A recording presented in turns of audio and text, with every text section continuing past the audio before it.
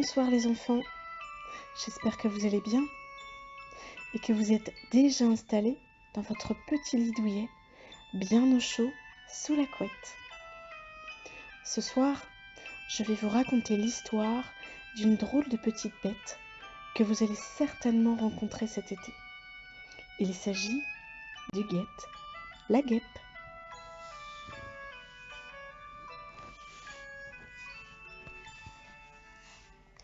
Comme chaque année, Huguette la guêpe attendait avec impatience le retour des beaux jours et des grosses bêtes qui venaient pique-niquer dans les jardins et se rafraîchir aux terrasses des buvettes.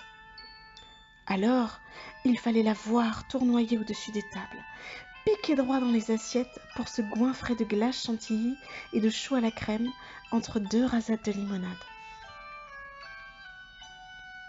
Elle y mettait tellement d'entrain qu'on se demandait comment une guêpe aussi gourmande pouvait faire pour garder une taille si fine. Sans doute avait-elle suivi la coquette un régime très strict cet hiver, ce qui expliquait son caractère quelque peu irritable, car, sachez-le, trop de privations rendent souvent les guêpes irascibles. En tout cas, l'été, Huguette s'en donnait à cœur joie, et malgré sa petitesse, savait qu'elle faisait très peur aux grosses bêtes.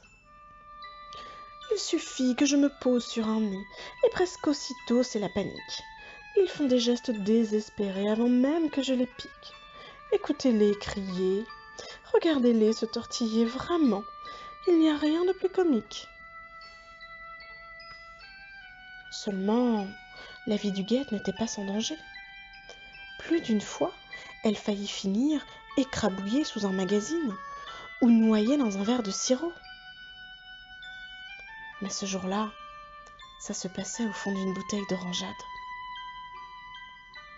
Notre guêpe y prenait un bain sucré, quand soudain, quelqu'un cria. « Ah, la sale bête !» Et une main s'empara de la bouteille et la jeta aussi loin qu'elle put. Plouf, dans l'étang. Au bout d'un moment, elle remonta à la surface. Mais l'étang était si large qu'Huguette se crut perdue au milieu de l'océan. Entraînée par le courant, la bouteille dériva de plus en plus loin, vers les nénuphars, et elle passa en flottant devant la maison d'Ursule, qui fort heureusement la remarqua. « Décidément, il jette n'importe quoi, c'est honteux !» maugréa la libellule qui tentait de saisir la bouteille à l'aide de son balai. Presque aussitôt, de fortes secousses agitèrent le balai. « Une guêpe !» s'écria Ursule en tirant de toutes ses forces sur le manche. « Va-t'en, je n'aime pas les guêpes !» Et pendant qu'elle essayait de la chasser, Huguette, enfin libre, sifflait d'un ton moqueur. « Bzzz, vieille fille! Bzzz, vieille fille !» Puis, elle s'enfuit sans dire au revoir et vola droit vers le jardin le plus proche. Là, elle se laissa tomber, fatiguée, affamée sur une rose. C'était le rosier de Mireille. « Vous ne savez pas lire ?» s'écria l'abeille furieuse. « C'est une propriété privée et il est interdit de s'allonger sur les fleurs. »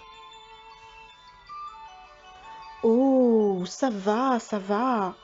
Ce n'est pas une petite chose boudinée avec des rayures qui va me dire où je dois me poser, » riposta Huguette. Mireille fut si surprise de cette réplique qu'elle resta bouche bée. Puis elle poussa un profond soupir et d'une voix que les sanglots étouffaient déjà répéta. « Boudiner, boudiner, c'est vrai ? Je suis vraiment boudinée ? » Allons, à quoi bon pleurer ? dit avec sévérité Huguette. Vous feriez bien de surveiller un peu votre ligne. Je n'ai pas sorcier. Admirez comme ma taille est fine. Eh bien, si les guêpes sont ainsi faites, c'est parce qu'elles ont un secret. Mireille mourait d'envie de connaître ce secret. Elle invita Huguette et s'empressa de lui dire « Vous verrez, dans ma maison, ce ne sont pas les provisions qui manquent. » Et voilà comment notre guêpe passa tout l'été dans le jardin des drôles de petites bêtes, à manger le miel de Mireille, à séduire ses voisins et à piquer les fesses des lutins. Quant au fameux secret, Mireille eut beau le savoir par cœur, elle resta toujours aussi ronde, ce qui l'attrista un certain temps. Mais, entre nous, une abeille avec une taille de guêpe ne serait plus tout à fait une abeille, n'est-ce pas? Je vous laisse méditer là-dessus. Et voilà, mon histoire est terminée. Il est maintenant l'heure de fermer les yeux, de faire de beaux rêves. Je vous souhaite une très très belle nuit les enfants et je vous dis à bientôt. Au revoir.